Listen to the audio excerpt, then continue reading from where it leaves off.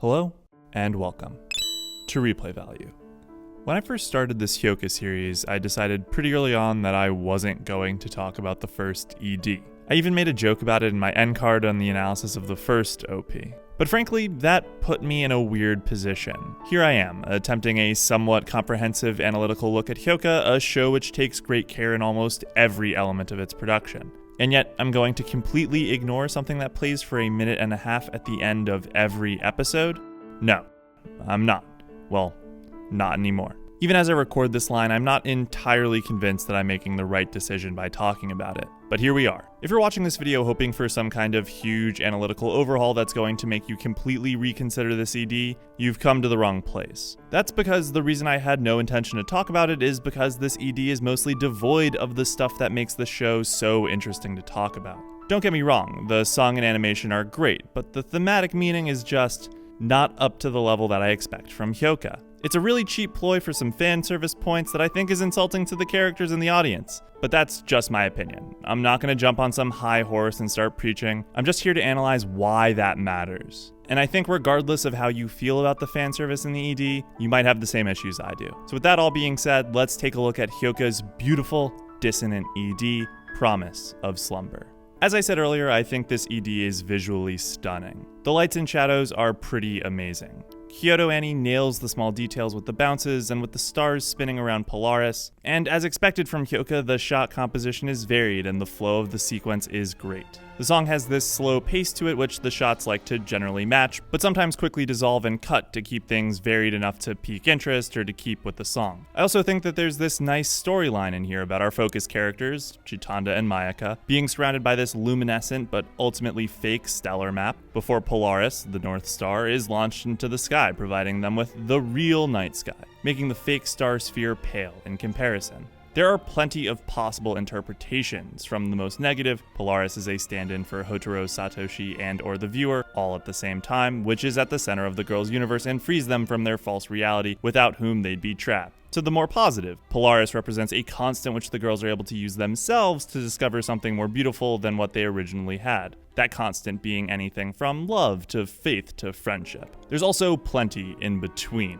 But this storyline is just a skeleton for the main bits, which are these scenes of the two girls lying on the mattress at the center of the sphere. It's the fan service element of the ED which doesn't have any meaning. In fact, I'd argue that these scenes take away any meaning that the storyline could have, since there's no change in these actions before and after Polaris is fired. For this ED to work, the character, the actual personality traits of our two female leads, is removed. The fact that there's no noticeable change in their actions or expressions at all is just not consistent with our understanding of Chitanda and Mayaka up to this point. No character agency, just passive shells on the screen silently calling out to the viewer. But that shouldn't make the ED bad, right? It should just make it unremarkable. But the issue here isn't that the ED is atonal in comparison to the rest of Hyouka, it's that it's dissonant with our understanding of Hyouka, which may require a brief discussion of themes and a larger conceit about what role this ED fills. We've talked a lot about the multitude of Hyouka themes and topics up to this point in the analysis series, but even the most charitable reading of the ending doesn't really relate to any of the major themes present in Hyouka. There's no tie-in to rose-colored life, except I guess for the reading that Chitanda and Mayaka are inviting us into their reality, which is rose-colored. We could make a stretch to say something about new perspectives as relating to the fake versus real stars, but that just seems like a weak connection at best, and doesn't really have anything to back that reading up. This isn't a time limit issue, this is a flawed premise issue.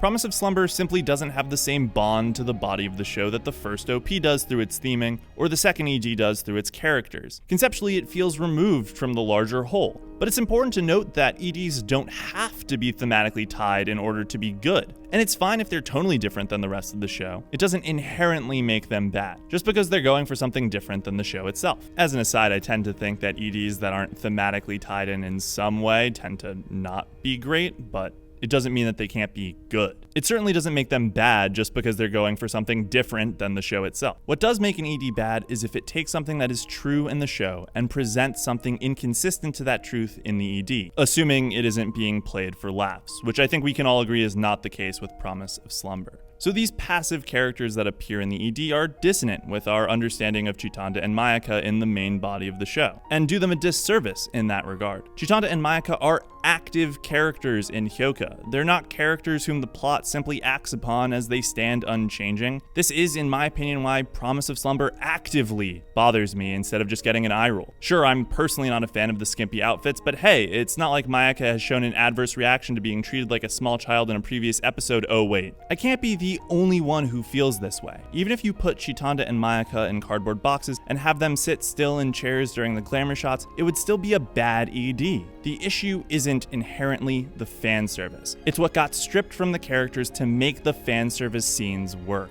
That dissonance is what makes this ED unwatchable for me. And that's really all I have to say on this issue. I want to restate that I personally don't like the fan service in Hyouka, and I'll be the first to admit that that probably clouds my impartial judgment on this matter. But I stand by what I said here. The issue is not the skimpy outfits or the poses. I have no problem with that when it's handled properly with the characters in mind, and I talked about this in the OVA. The problem is that there's no trace of those characters to be found in the ED. I really like the song, and I'm sure some of you do too. So I think the solution is to maybe just close our eyes and listen to the music and forget the visuals that accompany them, even if they do look really nice. Like, for real, this ED is beautiful.